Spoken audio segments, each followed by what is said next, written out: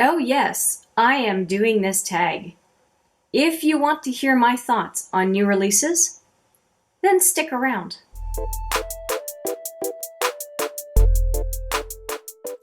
Hi there, it's Hélène, and I am going to do Angelica Nyqvist's new makeup releases tag. And I am excited about it.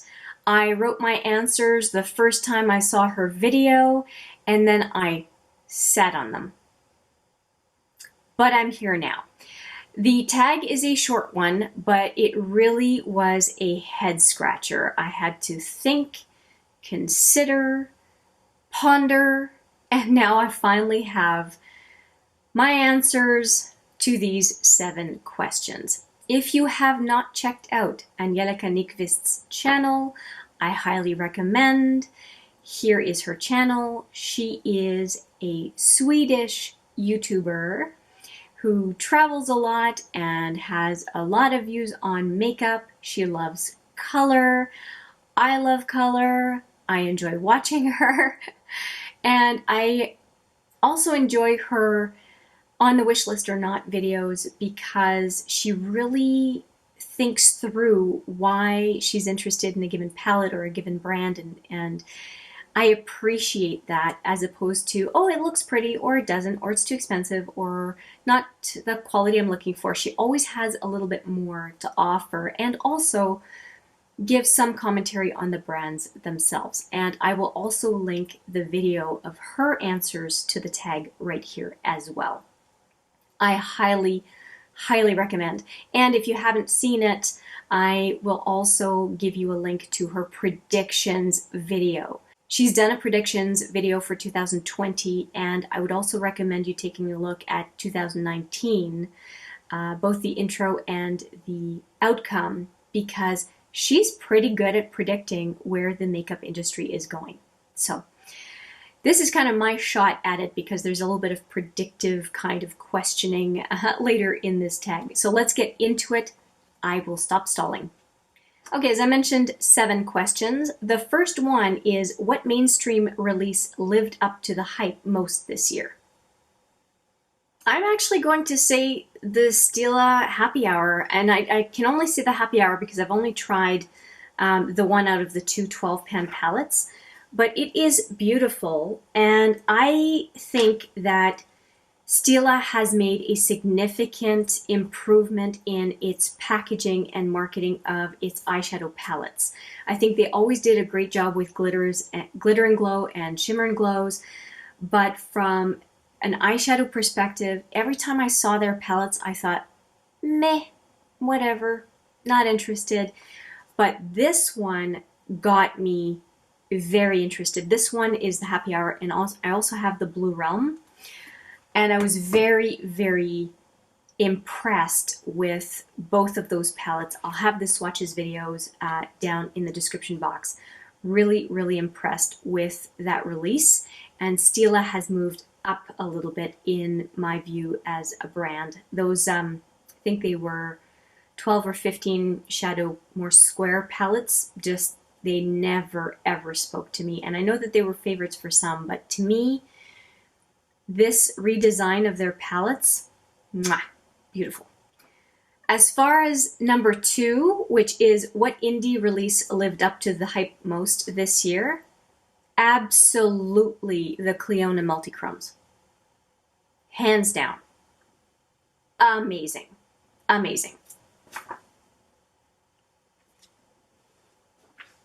I've talked a bunch on this channel about them, but if you haven't seen them, these are the 4 that I have. But here they are, the square pans up top, and just by moving the pan around, I think that you can see a number of the shifts that they have.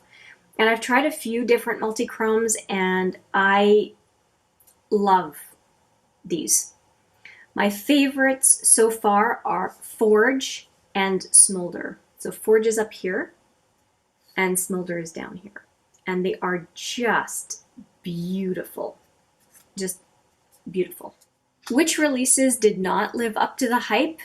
I am just going to say that the Tarte and the Too Faced holiday sets this year, I'm not big on holiday sets to begin with. except for the companies that are higher end that release sets, and I have done tons of videos on those on my channel this year. Lancome, Elizabeth Arden, Estee Lauder, I have done lots of videos.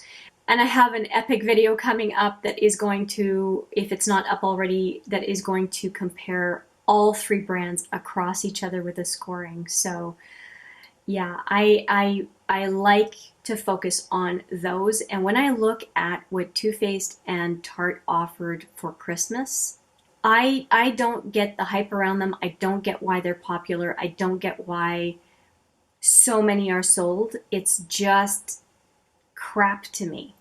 But then again, I'm obviously not the target market, obviously. But yeah, I don't think, and I think increasingly, because they're just repurposing the same darn stuff over and over again, that I think that they might have to rethink their approach, because I would not be surprised that they are starting to sell less than they used to.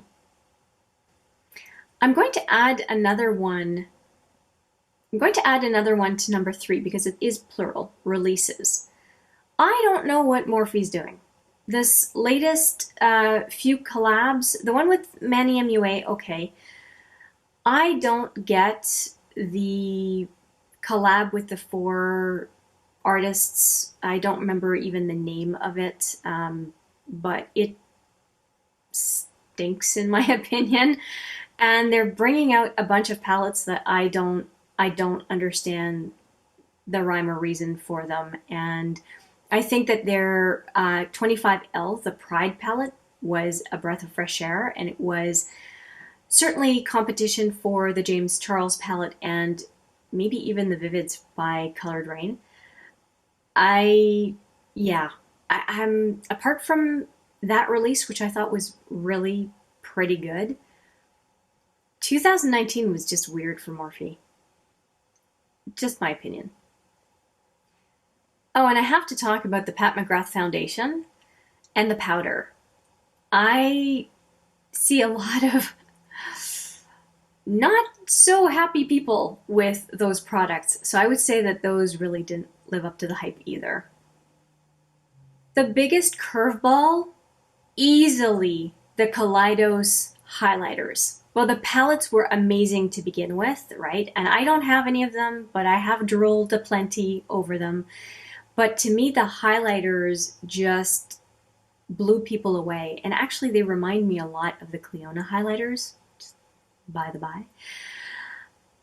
I think that the packaging of the highlighters is really cute, really well done. And I have to admit that I am looking forward to seeing what Kaleidos is going to do next year and beyond, because they seem to be very high quality. So I'm interested. I'm not big on 5 or 6 pan palettes for the most part, unless they're for a pretty standard look like the Tarteist Protego I love to bits. But yeah, they don't have me yet. The one that was discontinued that Angelica talks about a lot, I think it was the Butterfly palette or something like that. That 12 pan from them that has kind of a curation like that, I would be very, very interested in. Very. I hope they do something like that. Number 5, what was the biggest letdown / snooze fest this year? I'm going to say the gingerbread extra spicy. I hope I'm not ticking people off too much, but that's the first one that comes to mind. And then the next group that comes to mind is the Anastasia release. Releases. Plural, multiple, lots. What the heck were those 3 big palettes? And then releasing minis just to tick off the people who shelled out for the big palettes. I don't have any desire whatsoever for those palettes. The only one that I was interested in of the new releases this year was the Jackie Aina. But I just don't like her style, and I love the colors, but I don't want a palette from her. And I'm sorry if you love Jackie Aina. I can see why people would be drawn to her. I just am not. But I think the color curation, she did a fantastic job, and that palette looks great. But the other ones that came out, the pink one, the Riviera, the pink one with it was the drag collab. I don't remember with who it was. The Riviera, nope. Close. It looked interesting. Close. The Norvina, that was before, I think that was last year. I just don't. Okay, don't hate on me. I don't like the name Norvina. And to have a palette with that name right across, I don't want anything called Norvina in my collection. I just don't resonate with the name. And I was even thinking of putting a metal plaque on top of the Norvina to hide it. I was thinking of different ways because I really like purple. But yeah, I'm just not jazzed by Anastasia releases this year, or I'd say even for a year and a half now. Just nah. Snoozefest. And it sounds like they're just going to be pumping out a ton of more products, and it just turns me off. It just does. Although you might be curious to know what it is of ABH that I am bringing into my collection, because I am bringing some in, but it's not the new stuff. Not the new stuff. Number 6 is what was the best holiday release this year? I'm not going to buy it, but I'm going to say the Pat McGrath Star Wars palettes.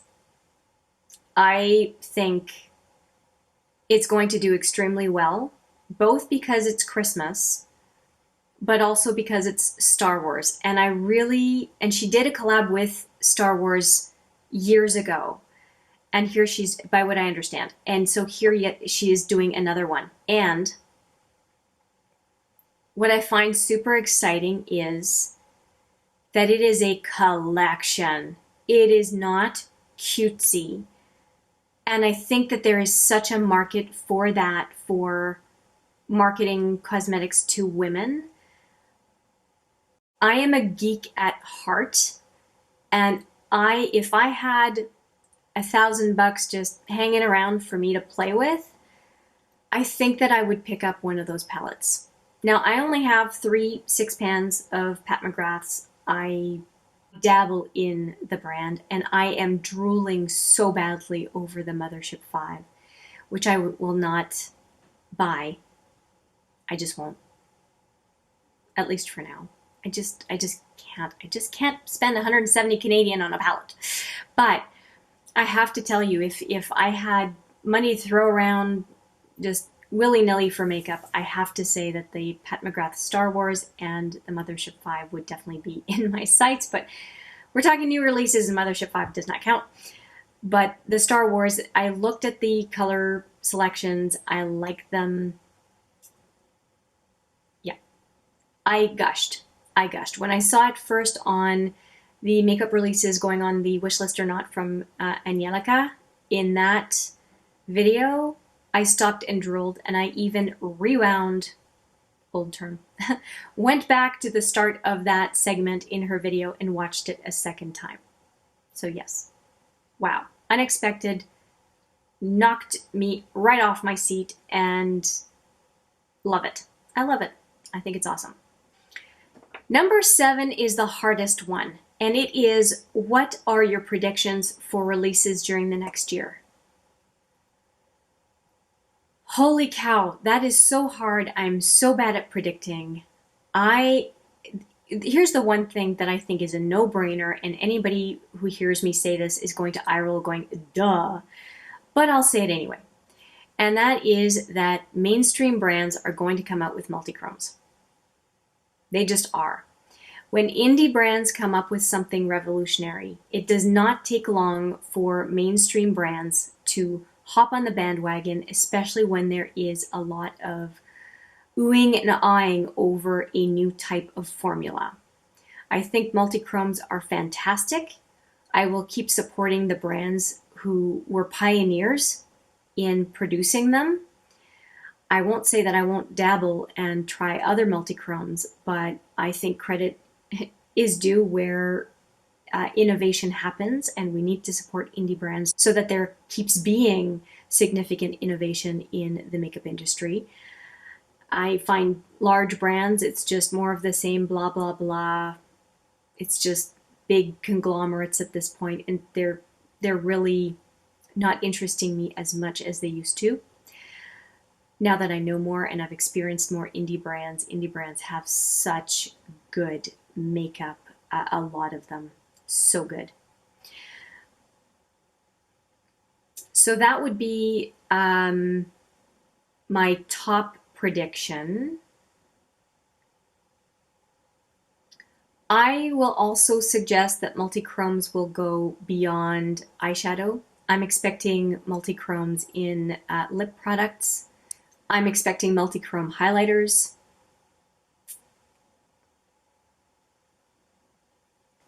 And I'm going to say it, multi-chrome eyeliners. Eyeliners. Yep, I think that that is going to be a thing. Well, those are my answers. Take them or leave them. It's at least what I think. I don't talk about new releases a whole lot. I tend to be one of those laggers. I wait, I see what people think of it. I sometimes wait for years, as you will see if you watch my next video showing some of the new items coming into my collection. And so I may not be the best person to answer those 7 questions, but I did my darndest, and let me know what you think of my answers. If you have different answers, I would love to hear what you think the answers should be for those 7 questions. And if you have a channel, you already know what I'm going to say. Tag, you're it. I would love for you to do this tag as well. And just a quick last little thank you to Angelica Nyqvist. Thank you, my dear, for creating this tag. It was a lot of fun. That's it. Thank you. See you in the next video. But for now, take care.